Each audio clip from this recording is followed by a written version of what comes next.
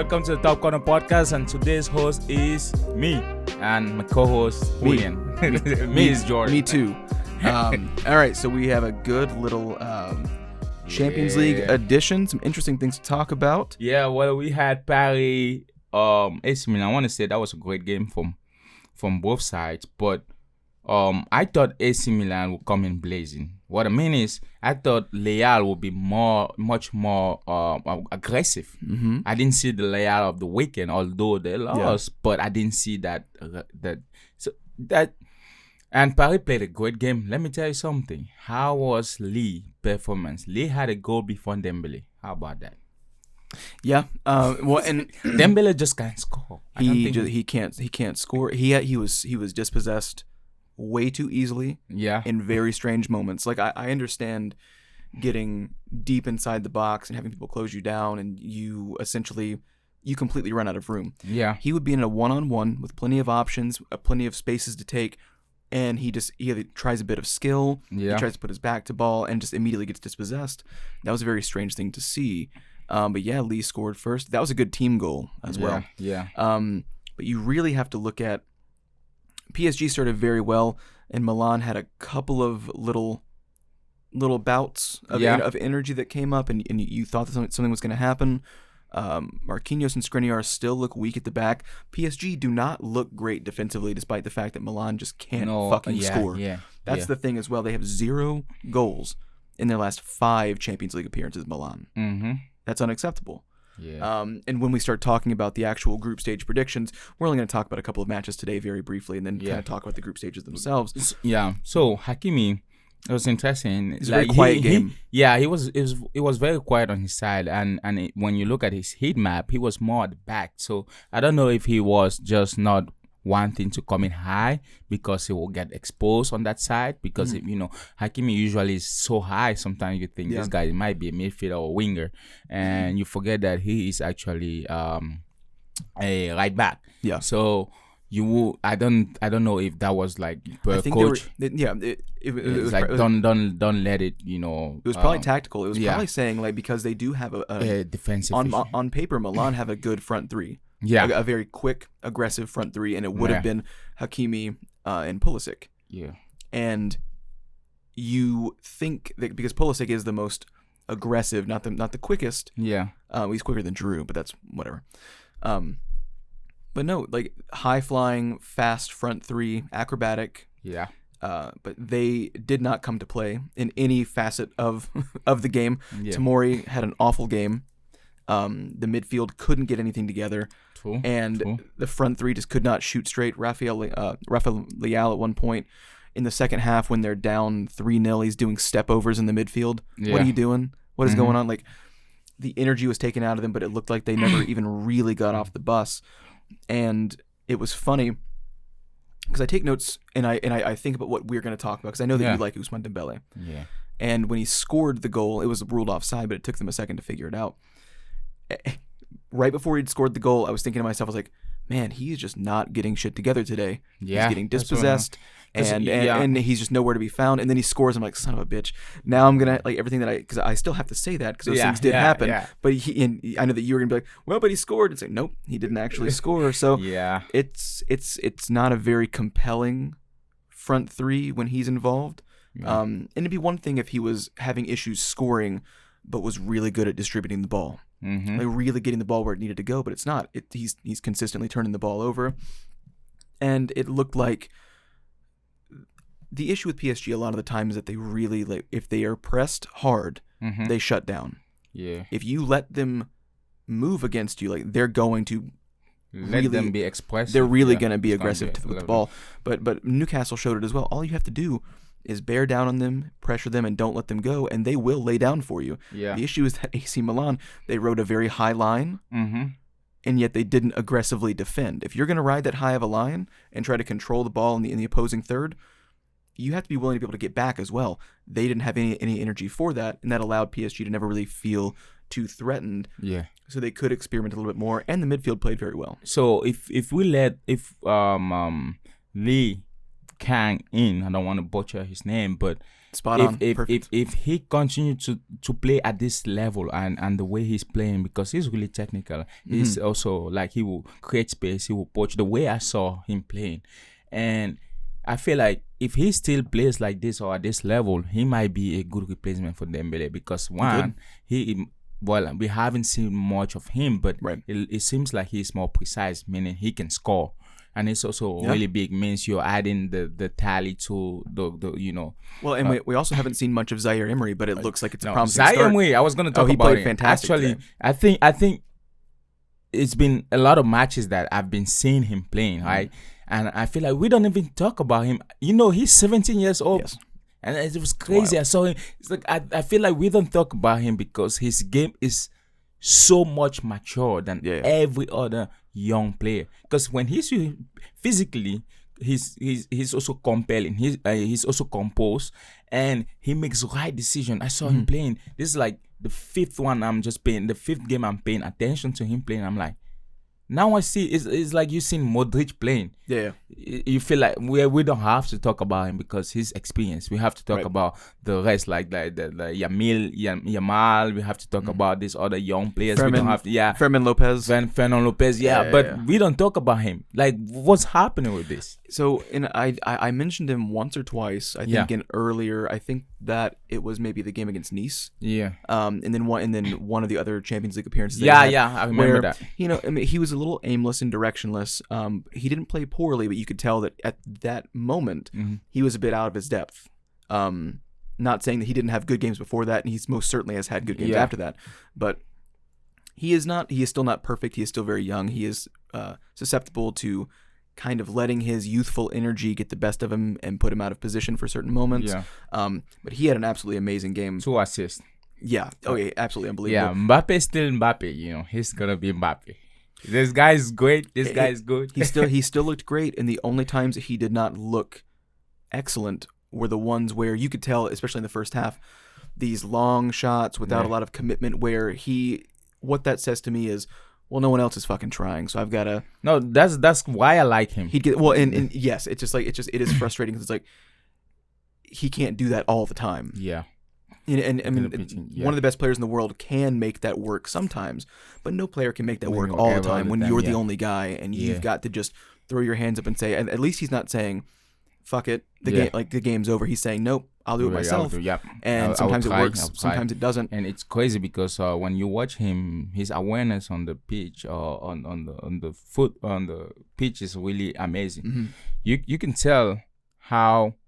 Especially on that second goal, I didn't even know when he shot it. Yeah.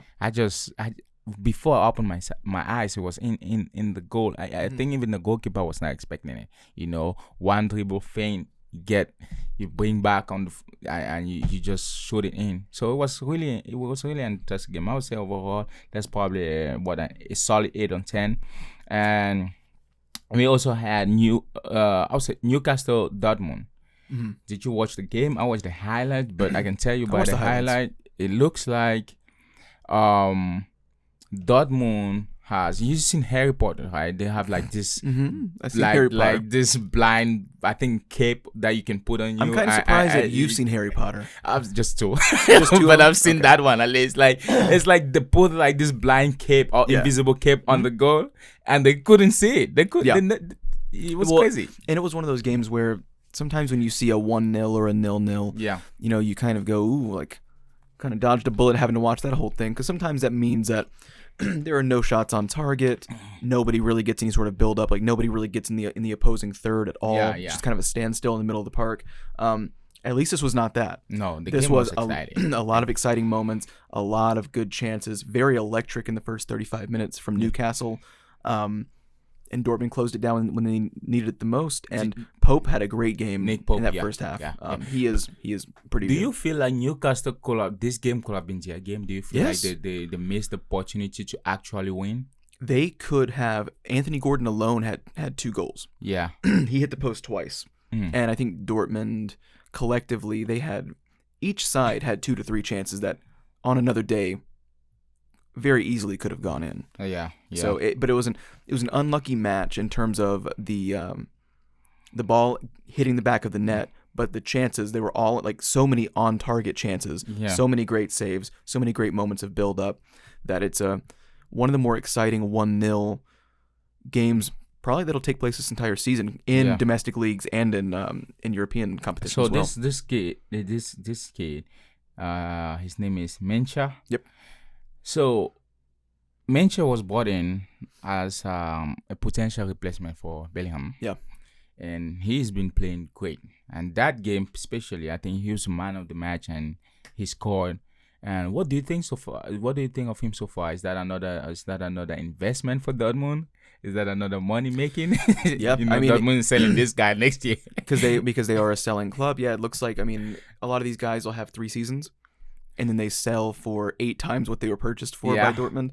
I've heard from Dortmund fans that watch them week in, week out. He is known for squandering chances and being a little selfish on the ball. Okay.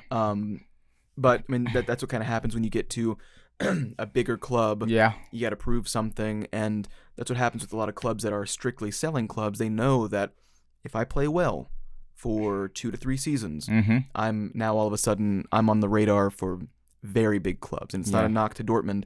They're still they're one of the biggest clubs in the world. I mean, it's obvious. Yeah. If you look at every nation's league and every nation's teams, right? I mean, like Dortmund's one of the most famous clubs in the world. Yeah. So to get to that opportunity and just, you get what I'm saying, though, for a selling club, a player kind of knows 2 to 3 seasons, if I play absolutely fantastically, I'll more than likely be offered something from a bigger club. And that's where I will stay. But when you do that, if you don't succeed in those chances, it can come across as being selfish, as squandering chances. But it looks like he does have more forward, more successful play more often than not. It's just something that I've heard from the fans. Newcastle had a serious problem of finishing. Their conversion rate was really poor. Yep. And I would say this great build up from both sides. Everything in the mid, it was an exciting game, and I would say the goalkeepers of those two teams were the heroes. I mean, they played their freaking butt off. They really did.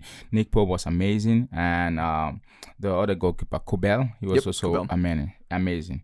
So it was a great game from both sides. And we had Sevilla, Arsenal. Well, really fast, hold on 1 second. Go ahead. With Newcastle Dortmund, they're gonna have to figure out something else because Tonali today, he has a 10-month ban.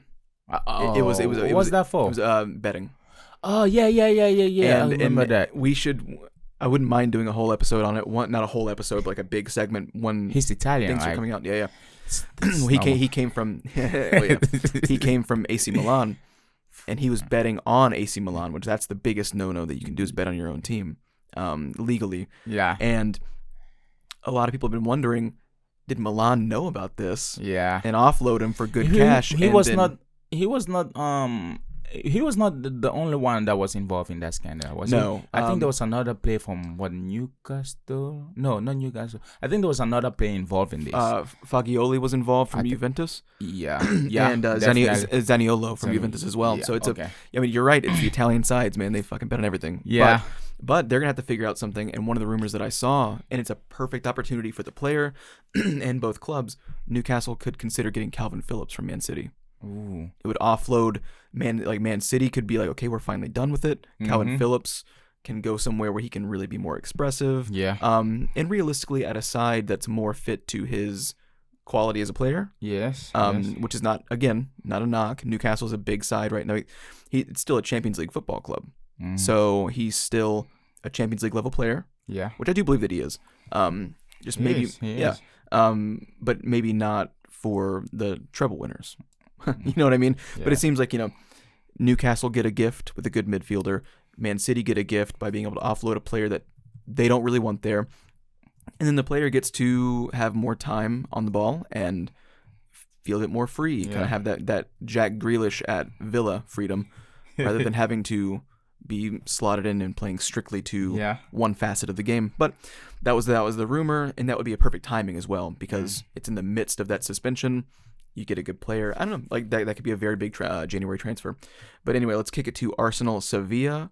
What are your overall thoughts? I thought that it was a good improvement from the Chelsea matchup. Yeah. But Sevilla really did push Arsenal a lot more in the second half than I think was expected. Yeah. and Arsenal kind of was on the back foot for more than they felt comfortable with. I hate that Arsenal kind of shut down a little bit and they started playing regrouping almost like a 6-3-1. Just there at the back, it felt like it was some sort of Chelsea of back in the days playing. So I just kind of hate that because I know they had the potential to go get it, you know. Yeah. So, well, and then even though they were sitting back farther and kind of saying, okay, you just come to us. We've got the lead. We're good. That didn't stop the chances. Like the whole point to sit behind the ball is to say, okay, I mean, you can have possession. I don't care, but you're not going to get anything on target. They were still kind of convincing in their build-up, despite you playing more defense. So it's like if that's what happens when you all drop back, that you're still vulnerable, but you're just not creating any chances, then don't do that. Just play the regular game, and because somehow defensively you're better when you're not playing defensively. Yeah, you know what I mean? Trying to shut everything down. Definitely true. They playing. Jesus had a great game. Oh, it's fantastic. That's one of the things I like about him and also dislike about him. Like on his best days or when he is on his day, he has the best day. Yeah. But he's so sporadic. You don't know when is his day. So he's not consistent. That's one thing I kind of hate about him. But he had a great game. Tomiyasu. Hold on really fast on him. I think it also hurts him that he doesn't play a particular role consistently either. Because it's like when he does have a good game or a bad game, you don't exactly know where that good quality or bad quality is going to come from. Because he's not an out-and-out striker. He's not a number 10. He's not a winger. Yeah. So he can have a good game in certain facets and then in another game have a great game. Yeah. But have played two different roles the entire time. It's easy when your out-and-out striker has a good or bad game. You know exactly why. They either missed chances or they crushed everyone that they had. But because he's this shapeless role, that kind of gives him more opportunities to play well and poorly in varying degrees. He's kind of this unnumbered player, if that makes sense. Yeah, that makes sense. I see. I think in that case, we probably have to figure out. I say we, like I'm the coach, but the coach has to figure out what's like his best position. Well, we're trying to figure it out too, though. So we all are like, what is the best place that he can be? Where he's more productive. Yeah. Then that will also save the coach. Yeah. And save the team and get more out of him. But nonetheless, he had a great game. Man of the match. He played as rightfully so. Yeah, definitely. Tomiyasu had a great game too. And one thing about Tomiyasu, he doesn't get how do you call it? He doesn't get caught up or out of position. Right. That more often like Zinchenko does. So my thing is, since Zinchenko is really, when he plays that left back, you will always see him a little bit at the middle, right? And he gets a lot of productivity there. But one thing about him is usually you catch him off guard and also out of position. Cool. Arteta put Tomiyasu as a left back, and he was still moving up, doing the thing. Yeah, and Zinchenko in the middle now. So that might be a great solution. One thing about Tomiyasu, and I do agree with you. Like in my notes, I said it exactly like you said it. He's never out of position, but I did notice it today, or this match week in particular. Whenever he took a touch or deflected the ball defensively, it always seemed to come down in a way that could very easily benefit the opponent. Okay. So good things about like Saliba and Gabriel, when they clear the ball. Yeah. Most of the time, it's completely cleared. You can reshape and do everything that you need to do. Several times in this game, he either deflected the ball out for a corner that didn't need to be. He could have chested it down, or he deflects the ball and it pops right up into the air to the opponent again before they can reshape. And it's not just that it's bad luck. It's because he's in position to deflect the ball. But it just seemed like he was always going to be giving the ball prematurely right back to the opponent instead of being able to clear it and being able to retain shape defensively. And again, not a bad game. Yeah. I just noticed that whenever Sevilla had a good-looking chance, he seemed to be somewhere around the ball. Yeah. With something else that he could have possibly done. He wasn't the reason for any goals conceded. He didn't make any major mistakes. But if you look at the goals, he's around, or the big moments, he's around it somewhere. Yeah. Where I wonder if he had done something a little bit more or hadn't deflected that ball to where it gave them time to have a quick turnaround. It was a very interesting performance. Again, not bad. It was just very curious. Yeah. I was sitting there watching it because I watched the game like 1.5 times and the highlight package twice. And yeah, you just go look at him again. Just be like whenever there's a highlight that has Sevilla, just go, where's Tomiyasu right now? And he's somewhere in the build up or the involvement. It's interesting. Yeah, Tomiyasu was on lockdown. I think in terms of just defending, he's better than Zinchenko. Oh, 100%. Just personally, and also in terms of pace, it's easy to beat Zinchenko if you place if you had someone like what's the guy from what's his name from Bayern, the Canadian. Alphonso Davies. If you have Alphonso Davies running on that side, he's beating Zinchenko 10 out of 10 with pace.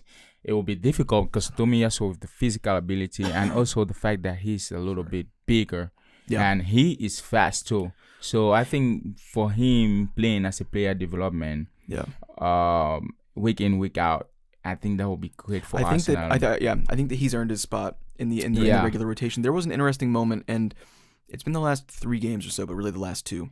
Saliba has not played extremely well. Yeah, he's been oddly out of position in certain moments.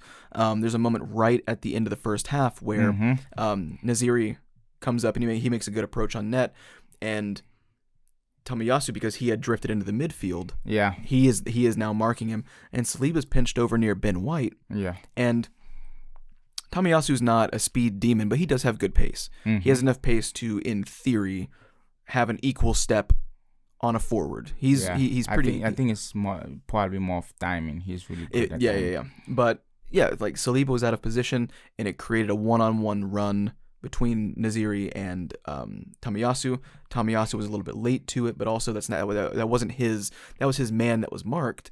But someone in theory should have been in between that space to pinch him off, and that would have been Saliba. But Saliba's so preoccupied with tag teaming with Ben White, who was already in a good one-on-one situation, that he completely missed the forward run behind him.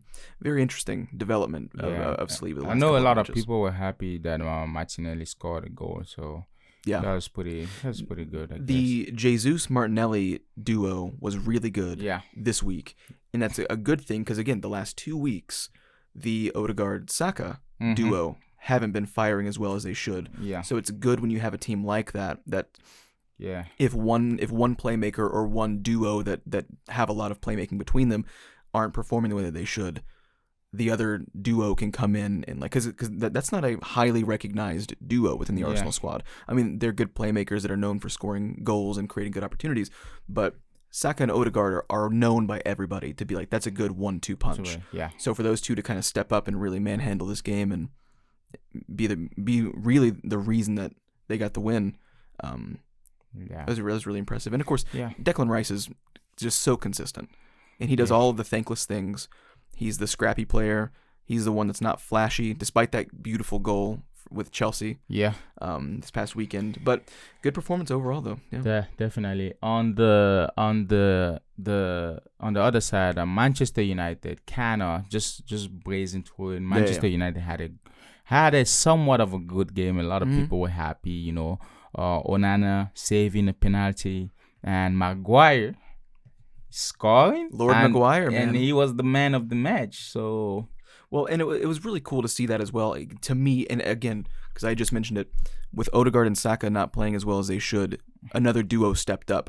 Here, the last 2 weeks, Scott McTominay has been doing very well for Man United. Yeah.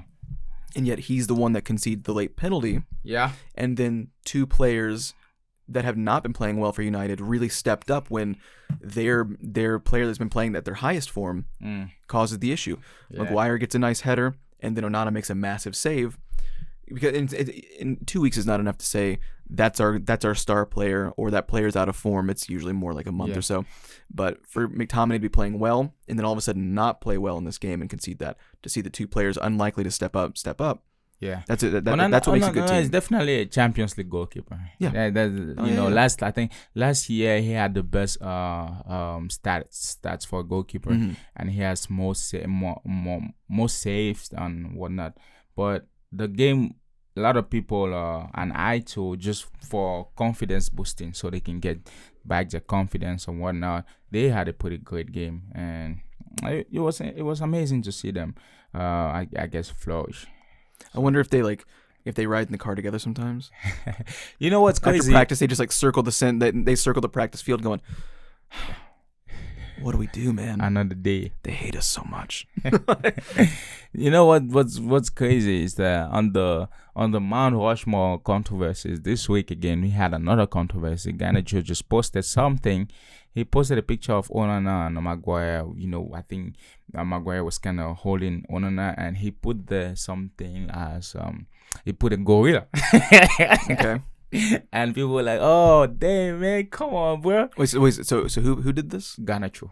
Okay. Yeah, and you know Interesting. you can do. I think he's gonna. When I was reading today, I think he was gonna face some sanctions of games, probably 3-4 games. You know, because it's deemed as racist, quote unquote. But I don't think I saw that as racist, but I can definitely see why, because we live in a state where the world is more like an egg now. You gotta you gotta make sure where you put your feet it doesn't crack. Yeah, So yeah. you just gotta be Well, and like you know, things like that have 3 years ago or so, I remember Bernardo Silva got in trouble because I think that there's like a snack food or something that has a mascot or like a logo that yeah.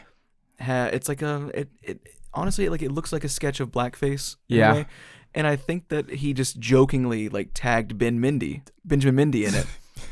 And like Mindy laughed about it. Like he laughed like in public and and like people were freaking out about it. And it's like, look, a teammate made a joke to another teammate. The teammate himself laughed about it. That's the thing. But the key is, in my answer for both of these, yes, I agree. Like, they laughed about it. Shut the fuck up. But ultimately, I challenge you this. It's not that you can't make the joke. Your friends, your famous athletes, can't you just text him that? like you can still. But like, I think the idea is like they don't think about I know. that there's gonna be a backlash I in know. the sense that they think it's gonna be something really funny, especially Of when course. it's teammate, because there's a difference, right? It's like us friends or in the friend group, there's certain jokes that you guys go to that extent. Yeah. But to the public, it's open to interpretation. Yep. And whenever it's open to interpretation, means everybody has a say and a piece, an opinion. So that's what I'm saying. And Like, it's like so the jokes in both sides are fine. yeah. With the teammates. Teammates are friends, you're closer, and you all have a group chat of just teammates. Maybe don't. Yeah. But also, like, why is and this is where I get really tied up about this, because like I hate celebrity worship culture. Like, treat them as normal people. I don't give a shit. But also, you need to understand, you don't have the right to critique them either, because no one's critiquing you. Mm-hmm. The only difference between, like, you get to critique them because they're famous. Yeah. Nobody critiques you because no one gives a Nobody shit does. about you at all. Yeah. You're worthless, kind of.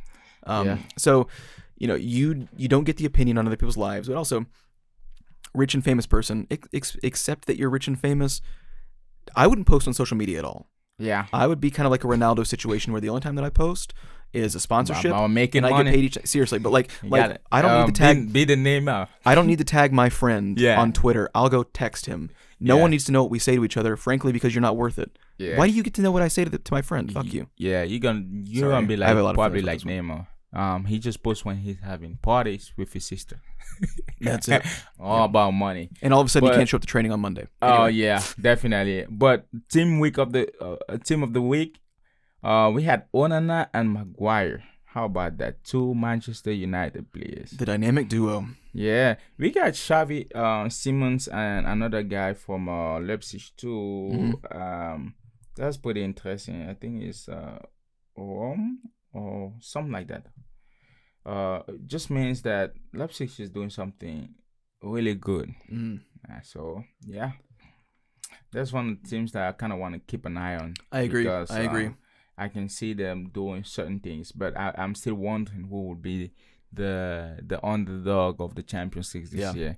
They're another one of those teams that are frustrating to really want to get behind and root for, because when they start playing well, the next season they're picked apart. Yeah. Like, their team just gets traded everywhere because they need the money. So it's like to live in a perpetual state of being happy when your team does well and just knowing that they're gonna get their bones picked clean by these buying clubs. It's like that is a bit of a bummer to accept. You want to go through these groups and just kind of let's figure out what's going on? Let's go through them. Group A, and again, we don't spend too much time on this. Group A, Bayern Munich undefeated.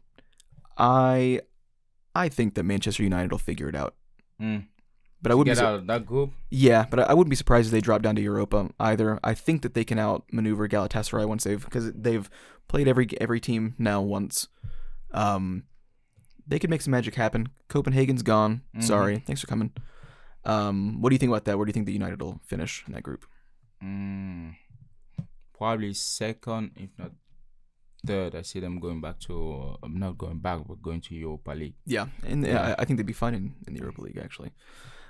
Group B: Arsenal, Lens, Sevilla, and PSV. PSV is gone. I think that Arsenal will have a better showing when they face Lens again. Yeah. And I think that also with Sevilla, they'll pretty much nail it down. I expect Arsenal to maintain top.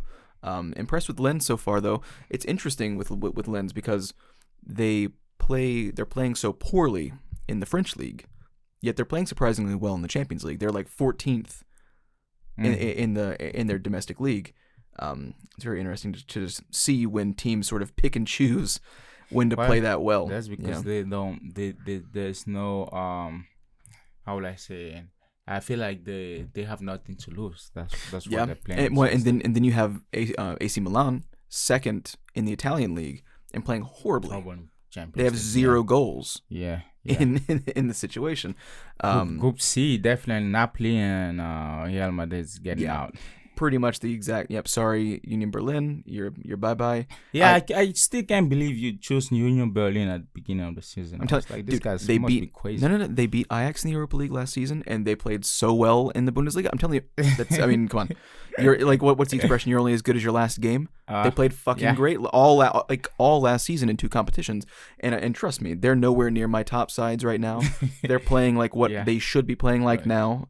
Last year was just a bit of a surprise, but this is really interesting because there's not overpowering in the sense that there's like this super team, but Inter Milan is definitely gonna get out. Real Sociedad is strangely interesting.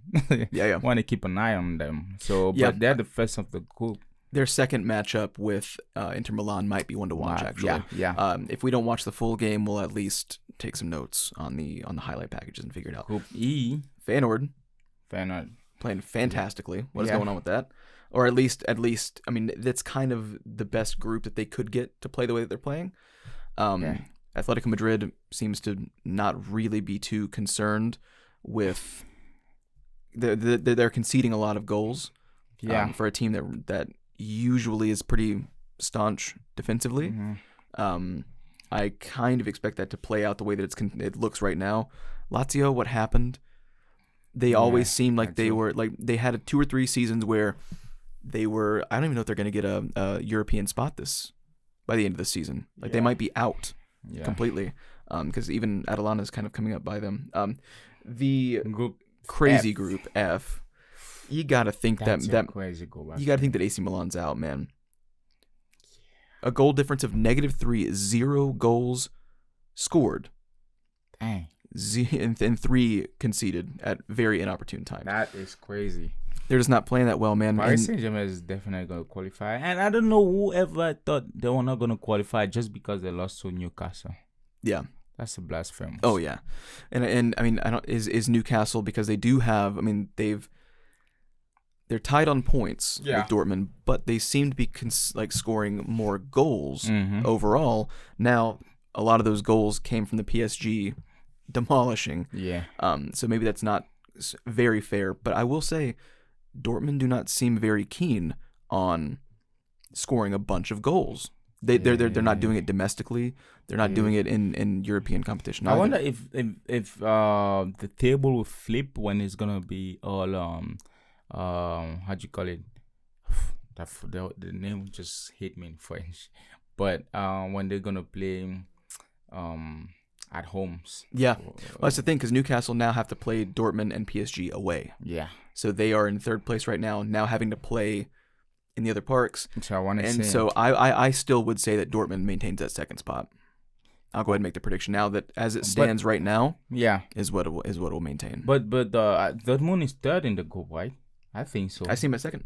The second, Yeah. they had one loss, one draw. One And win, one draw, one loss. I say they on the goal difference. Yes. They're -1. Mm-hmm. And that's what I'm saying. Like they Yeah. don't need to score a ton of goals if If Newcastle are going to drop points now playing away. Because if they were going to be tied on points, then they need to figure out how to keep scoring more. Yeah. But I don't see Newcastle scoring that much more against Dortmund away and PSG away. Go G. It is what it is. That's exactly what it'll be. That's exactly what I expect it to be. Look at that, City going 9-6-1-1. City haven't lost a game. No, and they might not. Yeah, they might. They're They not gonna might lose. not. Haaland, if you're gonna be trying to build a resume for the next Ballon d'Or of next year, you do it in this goal. Yeah, Score as much as possible. Yep, absolutely. He is the still the goal leader. No, Who's the goal leader? No, Is them? oh, Is that Mbappe? interesting. No, What? Fredericksburg. Huh. Who is he playing for? Okay. Wait, top players. That is crazy. Overall Jesus. Champions League. Wow. Interesting enough. We're gonna cut that out. Okay, moving on to the final group. Again, this kind of shakes down exactly like it should. Barcelona 3-0. Very good. If you really look at the goal difference here, 8 goals scored, 1 conceded. Yeah. That's impressive. That's a very impressive setup here. Porto will get by. They're not very convincing. So they'll probably be very quick in the round of 16 to get out. But they will obviously surpass Shakhtar and Antwerp. So a lot of these now, after 3 matches, really do feel like they are locked in place, at least with who is exiting the group. Yeah. I stand by it, though, since Group F is the one to talk about the most. As it stands right now, PSG, Dortmund, Newcastle, Milan. That is, once all 6 matches of the group stage are played, that's what I expect it to look like. Yeah, definitely. So I think there's not much to discuss on that one. Yeah. They all got it figured out. Yeah. So this was a good week. We are looking forward to the next week of the Champions League, which is what, in the next 2 or 3 weeks? I don't know. Early November. Early November. But this weekend we got 2 big matchups. We have 2 big matches. So catch us on Monday. Was it that Monday or Tuesday when we release the podcast for the weekend? And this podcast is gonna be released tomorrow, I think so. Or is it Friday? I believe it's gonna be on Friday. Friday. Well, Friday is tomorrow actually. Saturday. Saturday then. Because we've got the Onana bit coming up tomorrow. Yeah. Yep. So yeah. And that episode will be covering the El Clasico with Barcelona hosting, and the Manchester Derby with United hosting. So 2 big matchups this weekend. So go subscribe to our YouTube. Go to Spotify. We have links in the description. Go to our TikTok. Go to our Twitter. Go to our Instagram. Do whatever you can to follow us. You know what? Yeah, do everything that you can. Yeah. Everything that you can. Yeah. Like, we want a bit of your paycheck. If we ask for a free ride, like, we expect you to be there relatively within the hour. Come on, give us everything that you've got. Yeah, so everything. Just go subscribe. And please. On that note, we will leave you guys. Bye. Spotify Star Review.